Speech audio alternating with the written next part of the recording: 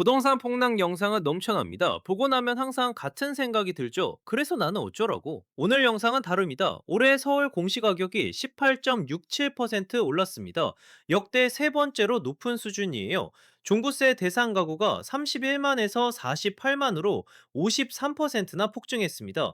여기에 환율 1,508원까지 겹치면서 부동산 시장의 도미노가 시작되고 있어요.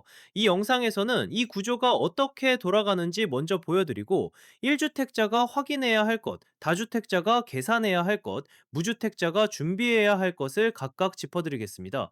올해 서울 공시가격, 그러니까 정부가 매긴 집값 기준이 18.67% 올랐습니다. 이게 얼마나 높은 수준이냐면요. 역대 1위가 2007년 28.42%, 2위가 2021년 19.89%예요. 지금이 역대 세 번째입니다. 공시가격이 오르면 뭐가 달라지냐? 세금이 바뀝니다. 특히 비싼 집 가진 사람이 내는 추가 세금, 종부세 대상이 폭발적으로 늘었어요. 공시가격 12억 초과 주택 기준으로 31만 8천 가구에서 48만 7천 가구로 53.3%가 급증했습니다. 그런데 더 무서운 건 이겁니다. 고가 주택일수록 상승률이 더 높아요. 30억 초과 주택은 공시가격이 28.59%나 뛰었습니다. 세금 고지서가 그대로 시한폭탄이 되는 구조예요. 여기에 경제부총리가 뭐라고 했는지 아세요? 보유 부담이 크면 집을 팔게 되어 유동성이 생길 것이라고 했습니다. 정부가 직접 보유세 카드를 꺼내든 겁니다. 지금 보유세 실효세율이 0.15%인데 이게 OECD 평균 0.33%의 절반도 안 돼요. 인상 압력이 점점 커지고 있다는 얘기입니다. 세금이 오르면 어떤 일이 벌어지는지 이게 핵심입니다. 보유세가 오르면 어떤 사람들이 가장 먼저 흔들릴까요?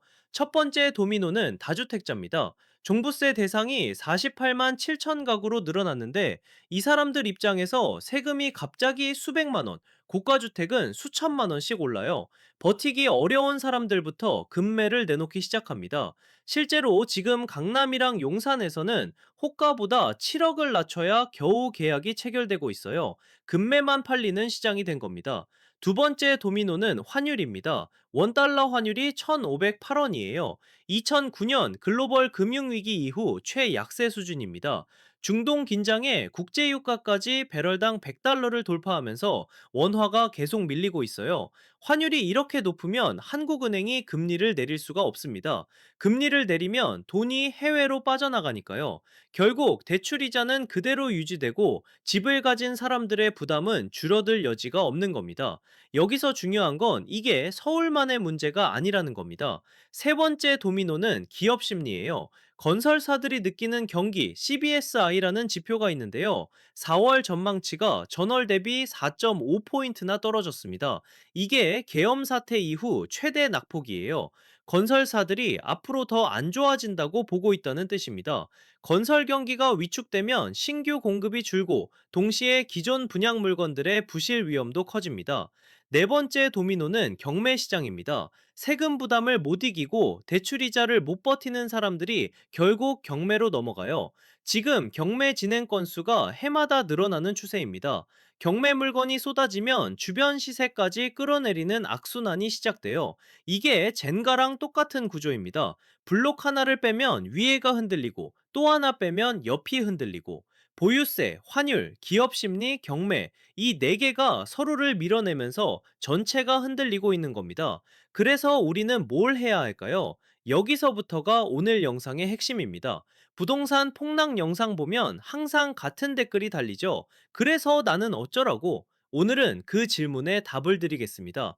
보유 형태별로 나눠서 말씀드릴게요. 먼저 10집 한 채 가지고 계신 1주택자분들, 여기 주목하세요.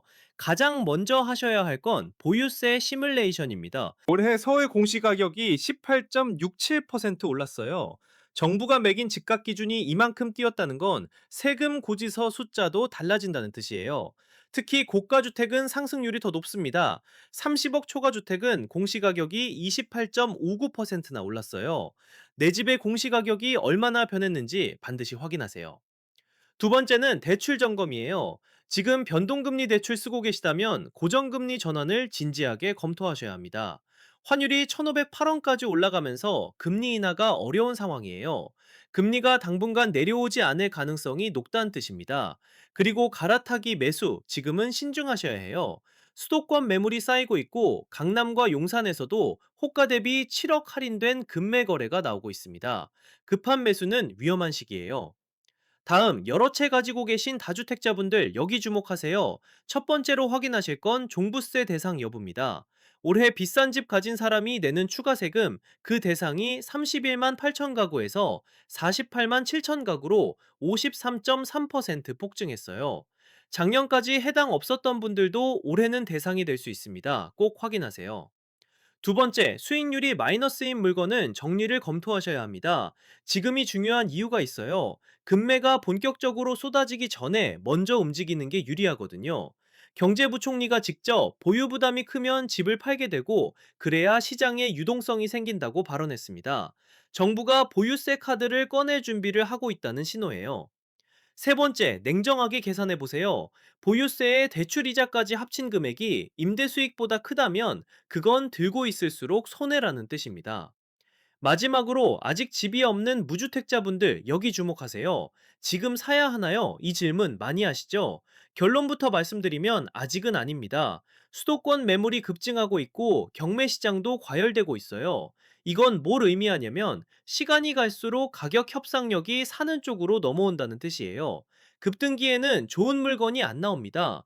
오히려 지금처럼 급매가 나올 때 진짜 좋은 물건이 시장에 풀려요. 그래서 지금 하셔야 할 건 자금 준비입니다. 대출 한도 확인하고 종잣돈을 모으세요.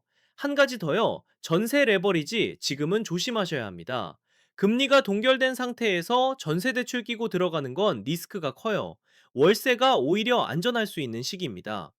보유세 폭탄은 이미 시작됐습니다. 서울 공시가격 역대 3위 급등, 종부세 대상 53% 폭증, 여기에 환율 1,508원까지.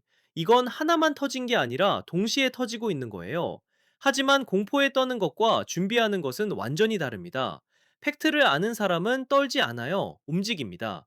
내 보유세가 얼마나 바뀌는지 확인하고 내 대출 구조를 점검하고 지금 내가 할 수 있는 걸 하나씩 실행하는 겁니다. 이런 경제 흐름 앞으로도 계속 쉽게 풀어드릴게요.